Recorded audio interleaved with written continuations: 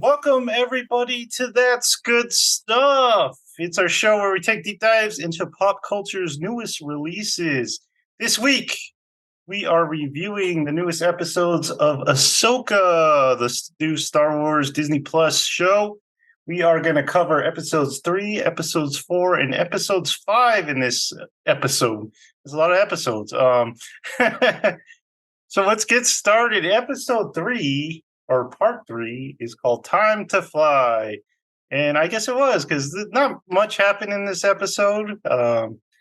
We were flying. What's their ship called? I get their ships from Rebels mixed up. I think. Oh, the Phantom? No. I know there's like a Phantom, there's a Ghost, Well, the Phantom and the Ghost is the Ghost is the main ship, and then the Phantom is the shuttlecraft. Okay. So I think this. So which one is this? Is this the Phantom? No, I think the big one's the Ghost. So yes, the big one's the Ghost. So anyway, Ahsoka and Sabine are flying on this ship, and they're training with the droid. She's like, Sabine's not doing very good, and droid's like, you suck. Ahsoka's like, you suck. This has divided a lot of the fans because it's kind of ridiculous that Sabine's training to be a Jedi, but she does not appear to have any force sensitivity at all. Like at all? Yeah. So it's like, why you can't just grow the force? You gotta have some midichlorians in there. But yeah, so not much came of this scene. She tried to force a cup, but that's never gonna happen, man. We do that in real life. We've tried that every day of our lives. We've tried that. Yes. Doesn't work. Does not work. So then the bad guys, they jump out of hyperspace or wherever they were, and they come and they chase Ahsoka and Sabine. They have a firefight. The bad guys aren't very good at aiming, and they tell the Night Sister, "Hey, we're having problems," and she's like, "I'll do it." Fire the turbo lasers, and that disables the ship for a little bit. And then Ahsoka's like, "I'm going to go out on the ship," and they're like, "Okay." So she goes out there, deflects a couple lasers. They get the ship back running, and then they fly it into the planet and crash. And the bad guys are like, "Where'd they go? I don't know. Let's go look for them." And that is basically episode 3. It was a pretty short episode, actually. Do you guys have any comments on this episode? Not really. This one was kind of a what do you call it? What are they called? Like the got to get to a place type episode. Yeah, it gives you an excuse to get to the next one. So, I mean, nothing huge. So you do have to give this episode props though, because our big complaint with 1 and 2 was stop putting like filler shots in it. Stop extending everything. And this episode did what it needed to do and moved on. Like we didn't have these weird, weird drawn out things. But the whole episode felt like a filler to get to the next episode. It's at least interesting. I feel like it did bring their characters more aligned rather than feeling so weird and different. Like you're like kind of trying to figure out who's the main character. Is the bounty chick, like in the first 2 episodes. You're like feel like we're following bounty hunter chick. Feel like following Ahsoka. It's like this kind of melded them as a group better to me, in my opinion. And David Tennant was in a lot. David Tennant's in these a lot, so I like it a lot because David Tennant's the bomb.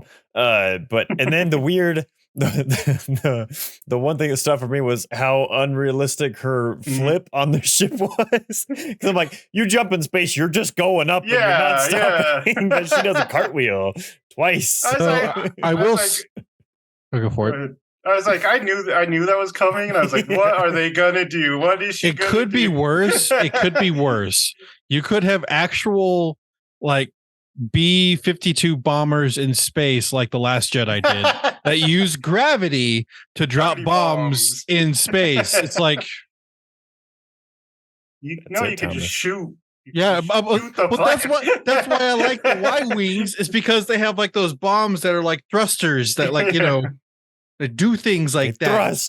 They thrust instead of just like, if I'm gonna go on a tirade against the Last Jedi, so we're gonna move off of that. So anyway, I will say she got changed in that spacesuit super quickly. Very impressed. That's what people were pointing out. It's like that'd be so hard. That'd be so hard because like all her little like tendrils. Another question. I know. How did she get those in? What is this? Is it like it's like skin? Yeah, I that's don't part of know her what it head. is. Yeah, They're okay. the coup. So I was like, because she's No, that's the Twi'leks. Yeah, they're the episode. same. because later They're on not the we see same. when she's young, she has like different like headbands around the skin things. So I was like, is it like the weird hat? No. No, it's okay. part of her head. Okay. Yeah. Okay. I will say I had to change into scrubs to do an OR suite today, and it took me forever to change into those scrubs because they had to go over my uniform and over like my hazmat stuff, and it took a long time. So I am impressed that she got She changed must that have quickly. like the Iron Man little arms that come and just like. Yeah, it's just like the automatic. Yeah, I feel like it's got to be it. Yeah. Yeah, that was ridiculous. She's done this before in the Clone Wars, but at least that was in atmosphere. So it was a little more believable. But yeah, it just looked kind of silly. Doing cartwheels in space. The fighters were kind of cool. I did kind of like the bad guys fighters. Kind of old fashioned looking. But yeah, not much to say. They crash landed. Like I said, this is literally like a transit episode. It just like literally happens just to get them to one place. So then we get to part 4, Fallen Jedi, and this is kind of where the action was for this show. They come out of the ship. They're like, "What do we do?" The attendant droid is like, "You guys got to stick together. Whatever you do, do not separate. Be like glue." And they're like, okay, we will never separate during this fight. And then they go and immediately separate. Yeah. Shin, I don't know what she is, the bad guy's apprentice. She comes and with that little Inquisitor guy looking dude, and we have a fight. And Sabine's like, I'll take care of this lady. You go over there. And she's like, okay. But first she like cuts that Inquisitor dude, and he's like full of gas. He's a like, fart. "Ah." He's like, oh. I was confused by this. We were not expecting that. We all thought it was going to be Star Killer in there or something. So supposedly that is the Dark Sisters like resurrection thing. Mm-hmm. Okay. So in the Clone Wars, Michael, I know you haven't watched the Clone Wars. The Dark Sisters are able to like reanimate people to like have them be stronger, and it's kind of weird. It's not 100% clear, but they also are able to like take people who died weak and then they resurrect them and they're like way stronger. So Saiyan stuff. I'm going to say yes. Let's just go with that stuff. So she gets rid of him. But Sabine's having trouble because, like we mentioned, she does not seem to have the Force. So Ahsoka takes off, and she got to face down Ray Stevenson's character, who's guarding the map. And for some reason, the map has to download because they play by our rules, I guess. And it takes a while. So they have a fight, and it's kind of cool. It's awesome. I love that fight. I actually felt it was pretty, like, I like Ray Stevenson's style. That's more of what I like. Like, yeah, he's got a power style to his lightsaber. I wish they had given him something a little more akin to like Kylo Ren's saber, something bigger and heftier. Because his needed that cross guard from Jedi Survivor. Like that would have been perfect. Because I feel like the fight was just slow and very telegraphed. Like I didn't like the fight with Sabine and the short haired the hot Sith was like I felt very active and like they're like going throughout, but the fight with Ahsoka and the big dude was like really slow and he's just like slowly turning. I don't know if that was just like him being big and slow or what. I don't know. It just felt like maybe the shots just weren't cut right. I don't know. Felt very like I was watching their like third attempt at it. Mm-hmm. Yeah, I think his style is just where it's all power. So he just like swings for the fences every time he takes a swing. So that's why it's a little slow. It's kind of like Darth Vader style. But club style. Yeah. But yeah, so they fight and Sabine gets away from Shin. Because Shin like throws a pepper bomb or something. And she's like, I can't see. She blinds herself, and then Sabine runs over there. And she's like, gonna help Ahsoka. Ahsoka falls off a cliff. Right. And then Sabine's alone with Shin and Ray Stevens' character, and they're like, "Let's not fight. Why don't you just come with us and we'll take you to Ezra?" And she's like, "That sounds like a pretty reasonable idea." so they're like, "Yeah." And Sabine goes with them. And it's been a while since I've seen this one, so remind me if I'm missing anything. But then they pretty much leave, and that's pretty much the end of the episode. Shin tries to like force choke Sabine, and then Ray Stevenson's like, "No," and just like flicks her into a rock.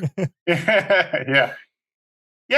Didn't he push back Ahsoka like that too? Mm-hmm. Into a rock. Yeah. So I think that's why I like this. I think that's why I like this part of the fight is it shows how just strong this guy is, and because he doesn't really like. I don't even know if he's the leader. I think the sister's the leader or whatever. Yeah. But he's obviously the one with more power. So Michael. I know. Like the two of them are so cool. And then it goes to her and I'm like, wow. Dude, him in this episode is so cool. Dude, whenever he's just oh man, both these episodes, when he's just like he just stands there and says something, I'm like, oh yeah. Well, that whole thing where he just like kind of like clips his lightsaber and just like he's like, no, Ezra Miller. He's like, oh he's just like, I don't know. He's cool. He's like Cell. Reminds me of Cell from Dragon Ball Z. Just calm and intelligent and scary. I like it. And so handsome. He's so handsome. Wonderful hair. And a nice That's beard. true. R.I.P. man. I know, it's sad. Any more on this episode, or you guys want to move to the next one? I love the planet, wherever the heck they are. Like the color contrast is great. Pretty kind cool. of takes away, and we're with like there's less of like the crowd with the bad costumes. We're now with like the main people, so the costumes aren't so cheesy. So everything kind of just looks and feels. I will say, because Alex walked in while I was watching this, and he's like, "It just looks too clean," and I do agree with that. It's just like it's not as messy of Star Wars. It doesn't feel like they're in the middle of a jungle. It feels like they're in a like nice procedurally generated jungle with no time spent in it. But I like the red leaves and everything. Look really cool. Cool fights. Oh, I like the fights a lot. The fight with the robots that David Tennant robot had with the HK. That was kind of cool because like he's obviously like competent, but these things are like too strong. So the first thing's like help. It was silly how the thing covers his mouth. I'm like, I don't really think like the audio is really muted by you covering his light bulb mouth. Metal on metal. Yeah. But I did like how he'd like broke the ship intentionally. He's like, oh, he broke it. He's like, that was very cool. He doesn't break things. I liked how they kind of like they're being clever with the show, which I like. They're like, oh, they're actually thinking through reason things rather than just like, oh, this happened and so that happens. Mandalorian season 3. My son, that was your son the whole time. Never letting that go. You never had a son before. Okay, so moving on to episode 5. It's called Shadow Warrior. So this was another really cool one. And that's because we get Hayden Christensen. Ahsoka has fallen off the cliff. And Hera has arrived with her little squad. And they're like, where'd everyone go? Because there's like no one there. And they're like, well, I guess it's safe enough for the kid to come out. And he's like, yay. I'm going to go stand by the cliff with the water where she died. Yeah. So they're looking for Ahsoka. They can't find her. She's in some kind of afterlife state. I don't know what it is. People say it's the world between worlds. I don't really buy that. It doesn't seem like it was that. Kind of looks like it, but I didn't see any portals or anything. Yeah, I think she was just having a force vision. Okay, Michael, in Rebels, sorry, you kind of have to quick cliff notes here. In in Rebels, they discover this portal into this like pocket dimension called the world between worlds that you're able to actually move through the force through time. And so you're able to pick up on different events and look and observe, and you can even change things. But if you change things, other consequences can happen. And because there's this one part where, Twi'lek lady and the kid, her husband was Kanan Jarrett, I can't pronounce his last name. Freddie Prinze Jr. Freddie Prinze Jr. Ezra, the protagonist of Rebels, had an opportunity to save Freddie Prinze Jr. Jedi, but if he saved him, all of his other friends would have died, because the reason he died was he was protecting them against a massive explosion. So if he took him out of that situation, the explosion would have killed everybody else. But that's also how Ahsoka saved, or that's how Ezra saved Ahsoka from Darth Vader the first time, was that he like yoinked her out of that situation. Yeah.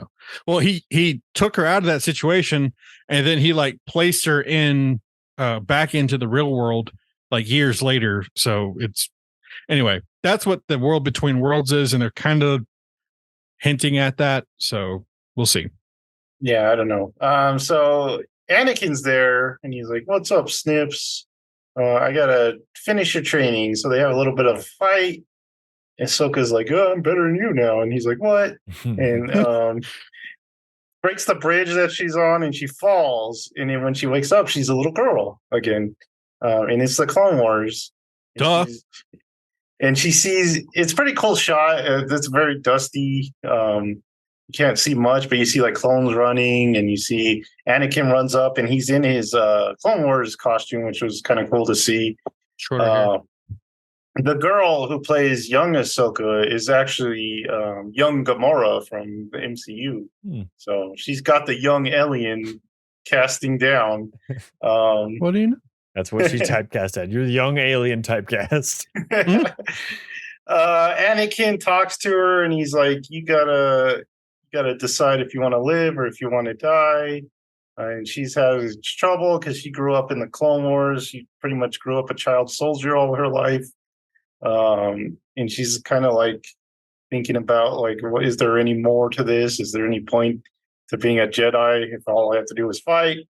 And then they skip to the end of the Clone Wars, where she's on Mandalore with the 501st, and we get a shot of Rex. That was cool. We get to see Rex. That was cool.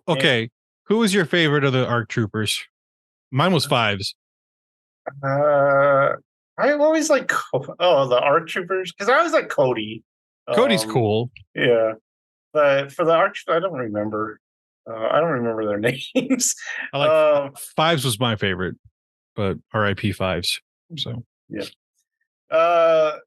Anyway, so they speed up to the end of the Clone Wars, and we see her fighting the Mandalore soldiers. Who look like Darth Maul because they were under the rule of Darth Maul at the time. It's a really cool look. And yeah, they have a talk. I don't remember what that talk is about. It's basically the same thing about living or dying. And Anakin doesn't. They get into the whole point of like whether to fight or not. Mm-hmm. And like, is there no other way and everything? Yeah. And then he just like front thrust kicks her into the back on the bridge. He's like, "You haven't learned your lesson, so let's do this again." He goes into evil Anakin mode, or Sith Anakin, what Anakin would have looked like if you hadn't been thrown in lava. Obi-Wan. If Obi-Wan wouldn't have had that high ground. So they fight again. And she again overcomes them because she decides that she wants to live. The one part about, I like this whole part except for one part where she kind of like takes his lightsaber away from him. It was kind of a weird shot because you don't like see her do it. It's just like she just has the lightsaber all of a sudden. It's like, how'd she do that? I didn't like that part. But yeah, so he's like, "Yeah, you've made a good choice." And then she goes back to the land of the living. She's actually in the ocean floating around, and they find her. And they bring her back on their ship so she can change her clothes and take a nap. And then she's like, "I know how to find them. We'll get the whales. We'll get the whales to help us." So the whales come. And the New Republic's there, and they're like, "We're going to arrest you guys." But the whales are like, "No, we're leaving with the whales." And the whale eats one of the ship they're on and takes them away. And then the whales do a whale fart or whatever that is, and they go into hyperspace, and they're going to go to that other galaxy to hopefully find Ezra.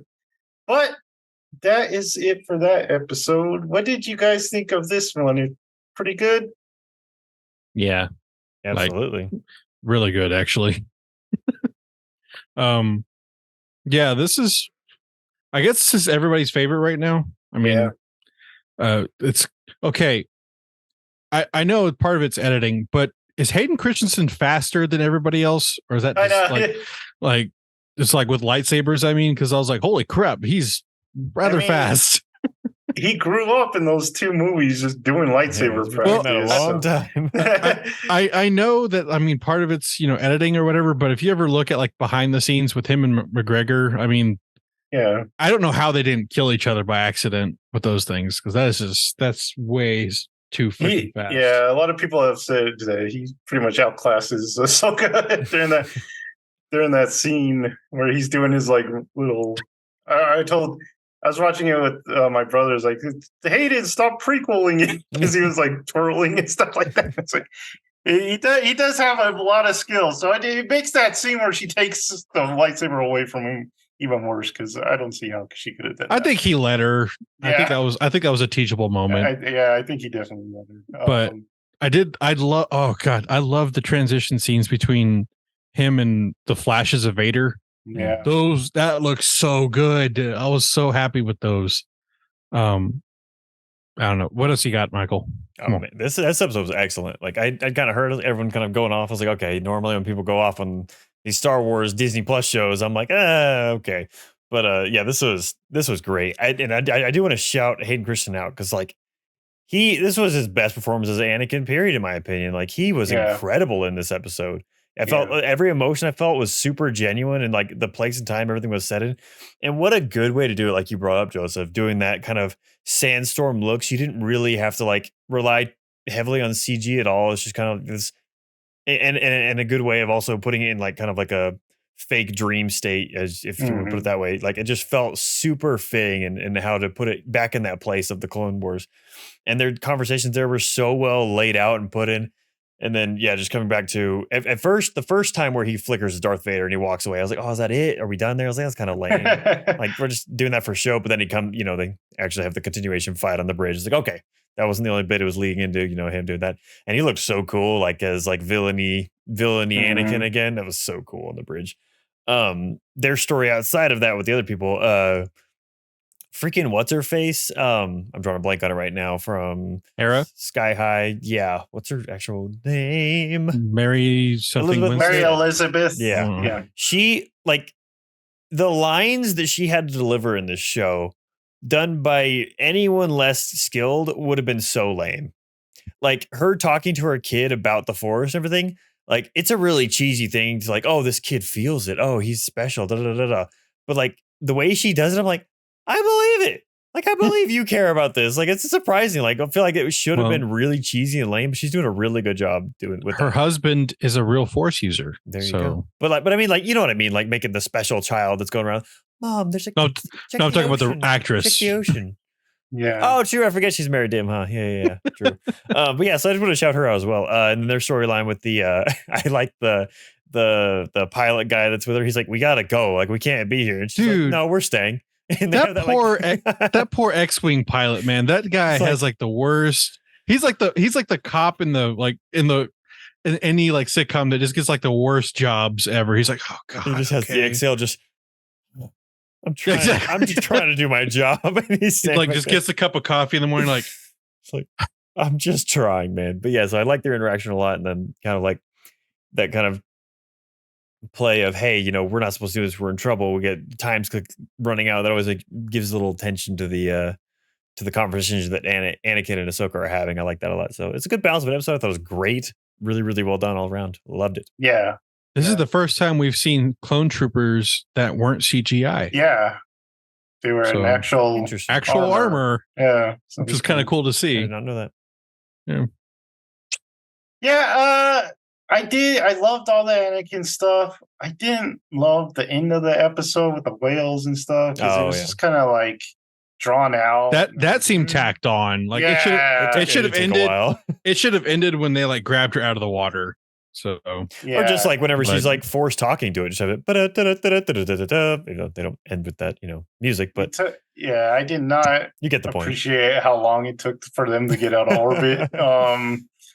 And then you got another New Republic general or admiral or whatever she is. The Star Trek terrible. They're terrible, Dude. man. The more and more they show of the New Republic, the less and less it just sucks. Like the Emperor was right.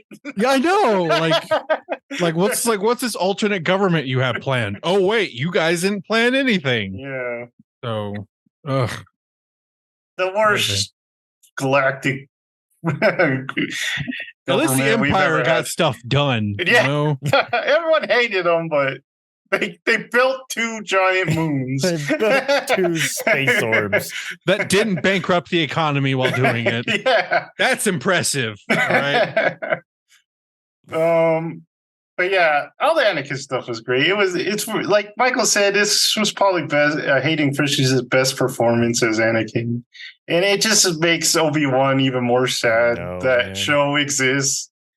Oh man. Because they could have imagine if they had like both of them back, it'd be great, they could have just did a 2 episode of just those 2 talking. Yeah. But just give us a special. But we get baby Leia adventures and Baby Leia adventures. The worst Inquisitor of all time. Oh, I forgot about that. Oh, that show that's like akin to Rings of Power with me. Like I forget those shows exist, and then people bring them up, and I'm like, oh god, it hurts. No, you just go like, ah! Oh man. Yeah, so this might be the high note of the season. I don't know where they're actually going to go from this. I don't think you're going to get a lot of Thrawn in this season. You could say just ending with him, right? Yeah. Probably.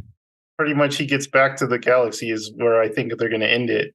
Which, who knows where we're going to get a second season because nothing's filming right now. But I don't think it's going to get a second season, but we are promised that movie. That Filoni movie where it's basically the Mandalorian Ahsoka crossover, and they're supposed to fight Thrawn in that movie. So I'm guessing that's what this is all leading up to. So I don't know how that movie gets made right now. I don't know if it's a Disney Plus movie or if it's going to be theatrical. You would hope it's theatrical, but we will have to see. But do you guys have any last words for Ahsoka so far? I just feel like it's gone up from the beginning. I'm excited to see where it Definitely. goes. This is what I like about this show. What I always complain about with Mando is like they've picked their story and they've stuck to it. Like we've just gone with the story the whole time. Like, yes, there's no random, hey, let's go on the fishing on this planet and then meet a crazy old lady. Okay, sure, whatever. No, we just focused and I've enjoyed it. So yeah, looking forward to it. Like I said at the beginning, like Filoni has this weird thing of writing characters kind of robotic and not very it's just not very good. But then once it picks up in the season, like, oh yeah, I'm getting really invested in these. It's kind of like the same thing here. Now, granted, it took us going back to old stuff, but it was well done. So I'm happy about that. It's like the first 2 episodes where we're watching like a play and it's just like the back of the house and they're just walking around talking to each other. Yeah. And now they're putting on the actual play. Yeah, because even like the character of Sabine, which I didn't enjoy the first episodes really at all, I actually started quite like her. I thought her story arc's interesting. Like her making that choice, I didn't expect that at all. And I was like, oh, cool. Her performance in the 4th one was pretty good. Yeah. When she's facing against, I don't remember his name, Lord something. Lord Awesome. But Balin? Yeah, Balin. Ray Stevenson. Lord Ray Stevenson. Her conversation with him was really good. I really liked it. So, yeah. I don't think we've had enough of Michael talking about the Night Sister. Man, dude, whenever they're doing the upload with bad internet, man, it's just, we're just talking about the plan. It is just a night and day different vibe of villainy in this. I mean, we're looking at CW villains, and then you go to these cool characters that are really cool. And we go back to the CW. I don't mean to be offensive to the poor lady. I'm sure she's doing a good job. It's just, I don't know if it's the director or what, but I mean, I don't know what her character has done in this story. She stands there with her arms around her back. Yeah, because like, I mean, everybody else has done everything else. This is like side supernatural villain bad. Like it's that kind of cheesy lame that I'm seeing, and I'm like, what are we doing? It's like Disney Channel original witch villain is what I'm looking at. Like, I can't stand it. Season 2, episode 12 of Supernatural. Oh man, more like season 10, episode 42. Like no one cares about the Leviathans, and she's just there. It's weird because we have Ray Stevenson's character. Why can't he just have the focus plan? on him? Yeah, he was so cool. He's so cool. There's no need for her. Both of them are so cool. The crazy Shin is awesome. She's a lunatic. I like her. We know you like her. All right. Yeah, well, okay. Yes, but I also like her reaction whenever she gets super pissed, like you brought up when she's choking her, like just that kind of just outburst of rage. Is like that's awesome. And the weird thing that Ahsoka brought up where she like recognized her. I'm assuming you guys know anything about that with Rebels and stuff? No, but they're all talking about Anakin's reputation of being the chosen one. And the fact that she was his apprentice was kind of a big deal. And she didn't realize how much of a big deal it was that she was an apprentice to him until like much later.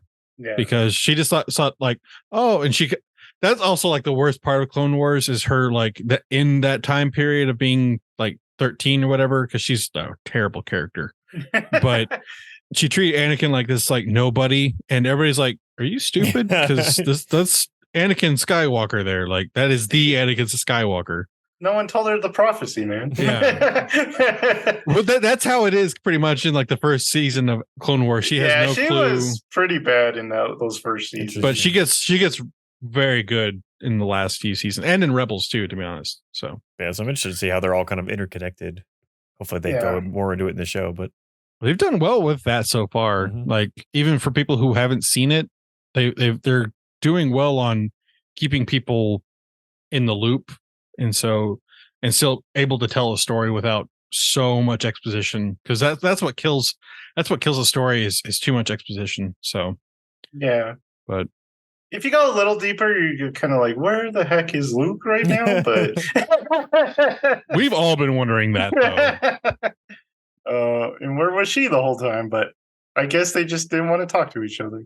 Well, we won't talk about the sequel trilogy, so will we? Yeah. Dude, just throw it away. Just get rid of it. Well, part of me is wondering if they're going to maybe do that because they're continuing. Yeah, they have Rey. The thing is that they have the world between worlds. They can jumps. Well, no, they can counteract things that happen. So it's in the back pocket. It's in the back pocket. Is all I'm saying. So they just show up in episode 7, shoot Rey and leave. Yeah.